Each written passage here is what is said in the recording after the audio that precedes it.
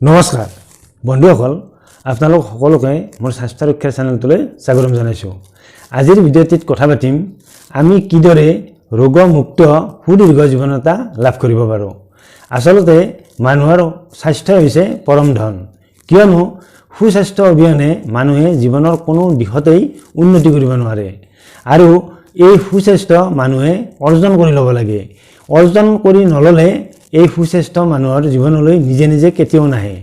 আৰু এই সুস্বাস্থ্য অৰ্জন কৰিবলৈ হ'লে মানুহে কিদৰে জীৱন ধাৰণ কৰিলে মানুহে ৰোগমুক্ত হৈ থাকিব পাৰে সেই বিষয়ে কিছু কথা জানি ল'ব লাগে।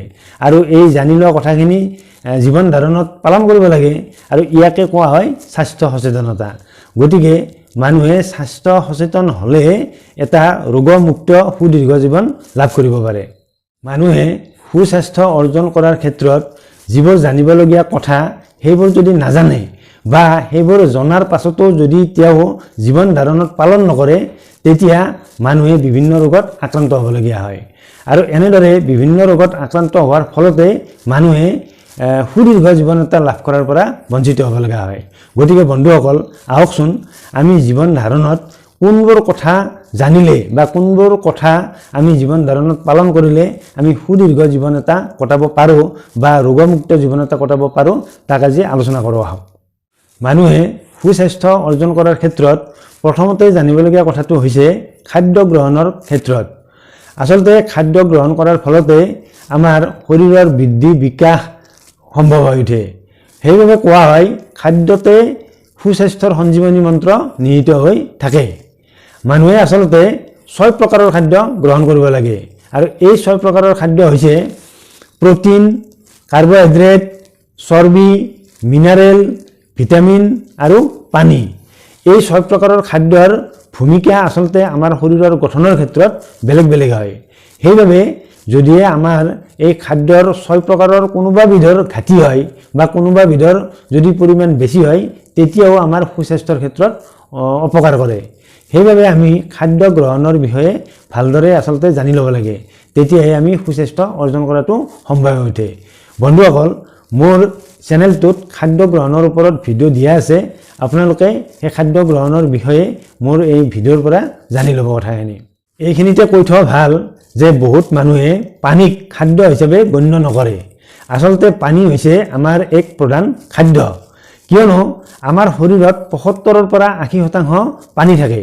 আৰু পানীৰ এই পৰিমাণ আমাৰ শৰীৰত থাকিলেহে আমাৰ শৰীৰত চলা যিবোৰ শৰীৰ কাৰ্য আছে সেই শৰীৰ কাৰ্যবোৰ সঠিকভাৱে চলে। আৰু শৰীৰ কাৰ্যবোৰ সঠিকভাৱে চলিলেহে আমাৰ সুস্বাস্থ্য অৰ্জন হয় বা আমাৰ শৰীৰত ৰোগ ব্যাধিয়ে দেখা নিদিয়ে। গতিকে আমি সদায় বিশুদ্ধ খোৱা পানী আমি দিনটোত যিমানখিনি লাগে, আচলতে 2 লিটাৰৰ পৰা 3 লিটাৰ পৰ্যন্ত আমাক বিশুদ্ধ খোৱা পানী আমি প্ৰতিদিনেই খোৱাটো দৰকাৰ। গতিকে পানী আমি নিয়মিতভাৱে খাব লাগে। খাদ্য গ্ৰহণ সম্পৰ্কে জানিবলগীয়া আন এক কথা হৈছে আমি যেতিয়া খাদ্য গ্ৰহণ কৰোঁ তেতিয়া আমি ভালদৰে চোবাই খাব লাগে। কিয়নো আমি যেতিয়া মুখতে ভালদৰে চোবাই খাওঁ তেতিয়া আমাৰ এই হজম প্ৰক্ৰিয়াটো মুখৰ পৰা আৰম্ভ হয়। আৰু তেতিয়া খাদ্য হজম কৰাৰ ক্ষেত্ৰত পাকস্থলীয়ে অতিৰিক্ত শক্তি খৰচ কৰিব লগা নহয়। গতিকে আমাৰ খাদ্য পাচন হোৱাৰ ক্ষেত্ৰত সহজ হৈ পৰে। গতিকে আমি খাদ্যবস্তু ভালদৰে চোবাই খোৱা এটা অভ্যাস গঢ়ি তুলিব লাগে। খাদ্য গ্ৰহণ সম্পৰ্কে আন এক গুৰুত্বপূৰ্ণ কথা হৈছে ৰাতি আমি কেতিয়াও গুৰু আহাৰ বা গধুৰ আহাৰ গ্ৰহণ কৰিব নালাগে। কিয়নো সূৰ্যৰ পোহৰ বা তাপৰ সৈতে আমাৰ হজম প্ৰক্ৰিয়াৰ এক সম্পৰ্ক আছে। ৰাতি যিহেতু সূৰ্যৰ পোহৰ বা তাপ তেনেকৈ নাথাকে, গতিকে আমাৰ হজম প্ৰক্ৰিয়াও লেহেমীয়া হৈ পৰে।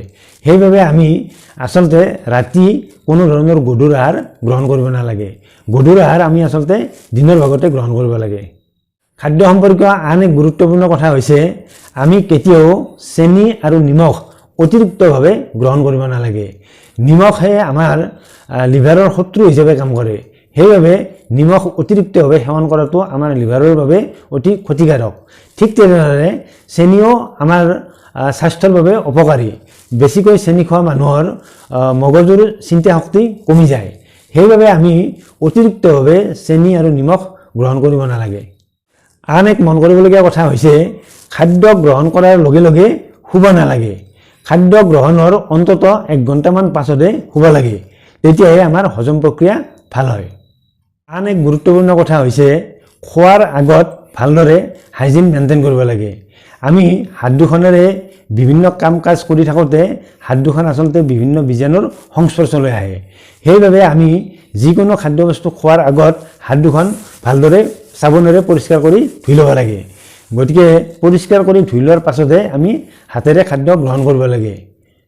মানুহে খাদ্যৰ ক্ষেত্ৰত গুৰুত্ব দিবলগীয়া আন এক কথা হৈছে সেউজীয়া শাক পাচলিবোৰ হৈছে মানুহৰ খাদ্যৰ এক প্ৰধান উপাদান।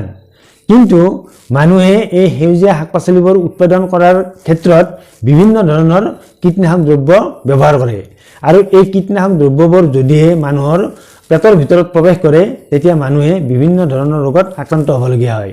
বিশেষকৈ লিভাৰৰ বিভিন্ন ধৰণৰ অসুখত আক্ৰান্ত হোৱাৰ সম্ভাৱনা থাকে। সেইবাবে মানুহে এই সেউজীয়া শাক পাচলিবোৰ খোৱাৰ আগত অন্তত আধা ঘণ্টা সময় পানীত ভালদৰে তিয়াই থৈ ভালদৰে ধুই লৈহে সেইবোৰ ৰন্ধাৰ ব্যৱস্থা কৰিব লাগে। তেতিয়া সহজতে মানুহে এই কীটনাশক দ্ৰব্যবোৰ ভিতৰত প্ৰৱেশ নকৰে আৰু মানুহে বিভিন্ন ধৰণৰ ৰোগৰ পৰা হাত সাৰি থাকিব পাৰে। মানুহে সুস্বাস্থ্য অৰ্জন কৰাৰ ক্ষেত্ৰত মানিব লগা আৰু কিছুমান নিয়ম হৈছে মানুহে সদায় শাৰীৰিক পৰিশ্ৰম নিয়মিতভাৱে কৰি থাকিব লাগে। আজিকালি অৱশ্যে যিহেতু মেচিনাৰী যুগ আৰম্ভ হৈছে মানুহৰ শাৰীৰিক পৰিশ্ৰমবোৰ কমি গৈছে। কিন্তু শাৰীৰিক পৰিশ্ৰম কমি গ'লে মানুহৰ শৰীৰত চৰ্বি জমা হোৱাৰ এটা প্ৰৱণতা গঢ়ি উঠে আৰু এই চৰ্বিৰ ফলতে মানুহে বিভিন্ন ৰোগত যেনে উচ্চ ৰক্তচাপ, ডায়েবেটিছ, অবেচিটি আদিৰ নিচিনা সমস্যাত আক্ৰান্ত হ'ব লগা হয়। গতিকে মানুহে শাৰীৰিক পৰিশ্ৰম সদায় নিয়মিতভাৱে চলাই যাব লাগে আৰু যিসকলৰ শাৰীৰিক পৰিশ্ৰম কৰাৰ কোনো ধৰণৰ সুবিধা নাথাকে তেওঁলোকে সদায় ৰাতিপুৱা আধা ঘণ্টা সময় খোজ কঢ়াৰ অভ্যাস গঢ়ি তুলিব লাগে বা ব্যায়ামগাৰলৈ গৈ ব্যায়াম কৰাৰ অভ্যাস গঢ়ি তুলিব লাগে। তেতিয়াহে মানুহে বিভিন্ন ৰোগত আক্ৰান্ত হোৱাৰ পৰা হাত সাৰি থাকিব পাৰে। মানুহে সুস্বাস্থ্য অৰ্জন কৰাৰ ক্ষেত্ৰত অৰ্থাৎ নিৰোগী হৈ জীৱন কটোৱাৰ ক্ষেত্ৰত মানিবলগীয়া আন এক নিয়ম হৈছে মানুহে কেতিয়াও ষ্ট্ৰেছত আক্ৰান্ত হ'ব নালাগে। আচলতে মানুহৰ যিহেতু চিন্তা কৰিব পৰা শক্তি আছে গতিকে মানুহৰ মনলৈ বিভিন্ন ধৰণৰ চিন্তা যেনে পজিটিভ চিন্তা বা নিগেটিভ চিন্তা আহিবই। কিন্তু মন কৰিব লাগে যিবোৰ নিগেটিভ চিন্তা এই নিগেটিভ চিন্তাবোৰে মানুহৰ মন মগজুত আক্ৰান্ত কৰে আৰু মন মগজুত আক্ৰান্ত কৰাৰ ফলতে মানুহে বিভিন্ন ধৰণৰ ৰোগত আক্ৰান্ত হ'বলগীয়া হয়। সেইবাবে মানুহে নিগেটিভ চিন্তাবোৰ কেতিয়াও দীঘলীয়া কৰিব নালাগে। জানিব লাগে যে নিগেটিভ চিন্তাবোৰে আমাৰ নিশ্চয়কৈ শৰীৰৰ ক্ষতি কৰিব বা বিভিন্ন ৰোগৰ সৃষ্টি কৰিব পাৰে। সেইবাবে মানুহে নিগেটিভ চিন্তা বা ষ্ট্ৰেছক যিমান পাৰি সিমান বিদায় দিয়াৰ চেষ্টা কৰিব লাগে আৰু ষ্ট্ৰেছক বিদায় দিব পাৰিলে মানুহে বিভিন্ন ৰোগত আক্ৰান্ত নোহোৱাকৈ থকাটো সম্ভৱ। মানুহে সুস্বাস্থ্য অৰ্জন কৰাৰ ক্ষেত্ৰত গুৰুত্ব দিবলগীয়া আন এক দিশ হৈছে মানুহে কেতিয়াও নিচাজাতীয় দ্ৰব্যৰ প্ৰতি আসক্ত হ'ব নালাগে। কিয়নো এই নিচাজাতীয় দ্ৰব্যবোৰে যেনে মদ, ভাং, বিড়ি, চিগাৰেট, চাধা আদিয়ে মানুহৰ স্বাস্থ্য ক্ষতি কৰাৰ বাহিৰে কেতিয়াও স্বাস্থ্য গঢ়ি নোতোলে। গতিকে মানুহে মন কৰিব লাগে যে এই নিচাজাতীয় দ্ৰব্যবোৰে সদায় মানুহৰ সুস্বাস্থ্যৰ পৰিপন্থী বা সুস্বাস্থ্যৰ শত্ৰু। সেইবাবে মানুহে এই নিচাজাতীয় দ্ৰব্যবোৰ সদায় দূৰত ৰাখিব লাগে। তেতিয়াহে মানুহে সুস্বাস্থ্য অৰ্জন কৰাটো সম্ভৱ। বন্ধুসকল, মানুহে সুস্বাস্থ্য অৰ্জন কৰাৰ ক্ষেত্ৰত পালন কৰিবলগীয়া কেইটামান নিয়মৰ কথা শুনিলে। যদিহে আমাৰ আজিৰ ভিডিঅ'টো ভাল পাইছে তেনেহ'লে ভিডিঅ'টোত লাইক এটা কৰিব। লগতে আমাৰ স্বাস্থ্য ৰক্ষা চেনেলটো ছাবস্ক্ৰাইব কৰিবলৈ আপোনালোকক অনুৰোধ জনালোঁ। অন্য এটা ভিডিঅ'ত আপোনালোকক লগ পোৱাৰ প্ৰতিশ্ৰুতিৰে আজিলৈ আহিছোঁ। নমস্কাৰ।